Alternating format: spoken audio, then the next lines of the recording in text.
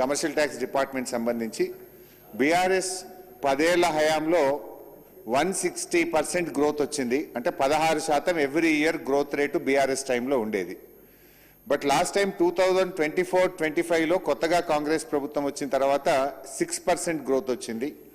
And 25-26 ఇప్పుడు present running ఇయర్లో as on today me budget లెక్కల ప్రకారం మీరు పెట్టిన పుస్తకాల ప్రకారం 3% గ్రోత్ మాత్రమే వచ్చింది. ఎందుకు రాష్ట్రం యొక్క గ్రోత్ రేట్ పడిపోతా ఉంది? మళ్ళీ మీరు నెక్స్ట్ ఇయర్కు 84,479 కోట్లు పెట్టుకున్నారు. ఒకవైపు కేంద్ర ప్రభుత్వం జీఎస్టీ ట్యాక్స్ రిడక్షన్ చేసింది. ట్యాక్స్ రిడక్షన్ వల్ల ఫర్దర్ మన ట్యాక్సేషన్ తగ్గుతుంది, రాష్ట్రం యొక్క ఆదాయం కొంత తగ్గుముఖం పట్టేటువంటి అవకాశం ఉంది అంటున్నారు. ఇంకొక వైపు అంతర్జాతీయంగా జరుగుతున్నటువంటి యుద్ధాలు కానీ అంతర్జాతీయ పరిణామాలు కూడా ఎట్లా ఉంటాయి, మీరు ఇవన్నీ అంచనా వేశారా?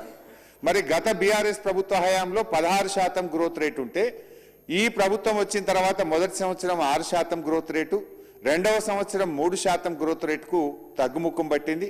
మళ్ళీ నెక్స్ట్ ఇయర్కు మీరు ఇంకా చాలా ఎక్కువ పెట్టుకున్నారు. ఇది ఎట్లా రీచ్ అవుతారో దయచేసి మంత్రి గారు తన సమాధానంలో చెప్పాలని చెప్పి కోరుతా ఉన్నాం అధ్యక్ష.